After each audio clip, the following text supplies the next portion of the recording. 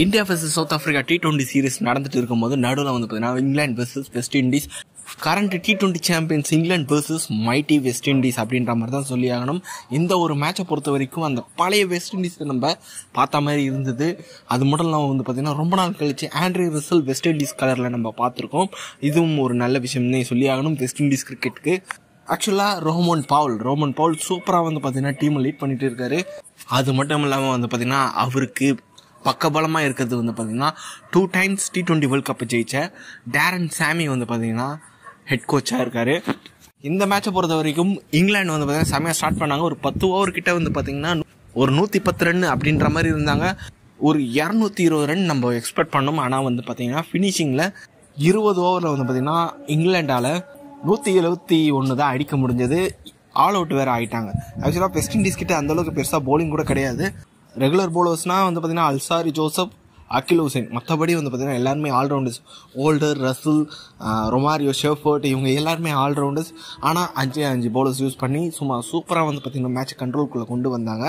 West Indies டீமை பார்த்தீங்கன்னா வேறு லெவலில் இருக்குது. ஆக்சுவலாக செமையாக வந்து பார்த்தீங்கன்னா டீம் செட் பண்ணியிருக்காங்க. ஓப்பனிங் பொறுத்த வரைக்கும் பிரெண்டன் கிங், கைல் மேயர்ஸ், அதுக்கப்புறம் ஒரு நல்ல சாலிட் பேட்ஸ்மேன் வந்து பார்த்தீங்கன்னா ஒன் டவுனில் ஷாய் ஹோப், அப்புறம் அதிரடி தான். அதுக்கப்புறம் Pooran, Hetmyer, Rovman Powell, Russell, Romario, Shepherd, Holder, Akeal Hosein கூட பேட்டிங் விளையாட அப்படின்ற போது ஒரு 10 பேர் வந்து பார்த்தீங்கன்னா இந்த டீமில் பேட்டிங் விளையாடுவாங்க.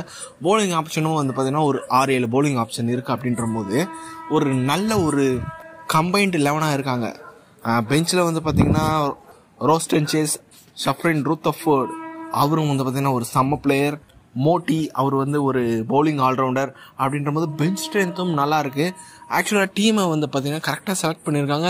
இந்த வாட்டி வந்து பார்த்தீங்கன்னா வெஸ்ட் இண்டீஸ் ஒரு அபாயமணியை அடிச்சிருக்காங்கன்னே சொல்லி ஆகணும். T20 வேர்ல்ட் கப் வரப்போகுது, அதுவும் அவங்க ஊரில் நடக்க போகுது. அப்படின்ற போது வெஸ்ட் இண்டீஸ் மறுபடியும் வந்து பார்த்தீங்கன்னா அந்த தீப்பந்தத்தை கொளுத்திருக்காங்கன்னே சொல்லி ஆகணும். ஓகே, இந்த மேட்ச்சில் ஃபஸ்ட்டு வந்து இங்கிலாந்து 171 ரன் அடிச்சிருந்தாங்க.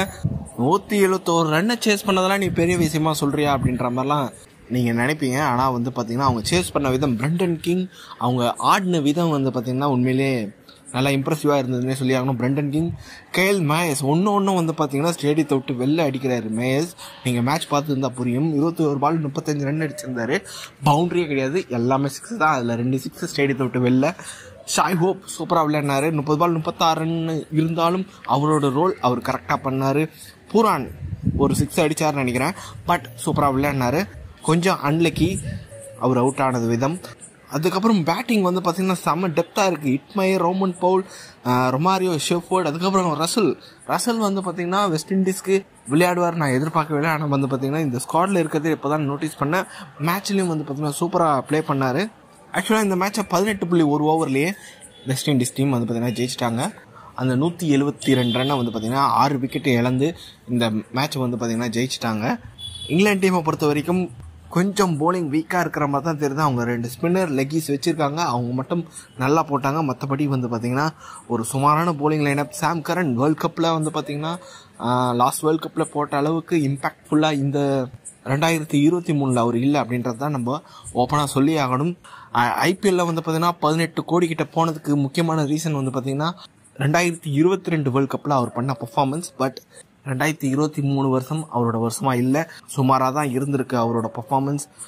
ரேகன் அகமது அவர் 3 விக்கெட் எடுத்திருந்தார். ஆடில் ரஷீத் ஒரு 2 விக்கெட் எடுத்திருந்தார். மற்றபடி வந்து பார்த்திங்கன்னா ஒரு சுமாரான போலிங் லைனப். ஆர்ச்சரை ரொம்ப மிஸ் பண்ணுறாங்க அப்படின்ற மாதிரி தோணுது. ஓகே, விண்டீஸோட இந்த ஒரு கம்பேக்கை பார்த்து நீங்கள் என்ன நினைக்கிறீங்க? வெஸ்ட் இண்டீஸ் டீம் வந்து பார்த்தீங்கன்னா ஹோமில் T20 வேர்ல்ட் கப் நடக்குது. 3வது தடவை T20 வேர்ல்ட் கப் ஜெயிப்பாங்களா மாட்டாங்களா அப்படின்றது வந்து கமெண்ட் பாக்ஸில் டைப் பண்ணுங்கள். இந்த வீடியோ பிடிச்சதை லைக் பண்ணுங்கள், ஷேர் பண்ணுங்கள். நம்ம சேனல் மறக்காமல் சப்ஸ்கிரைப் பண்ணி வச்சுக்கோங்க.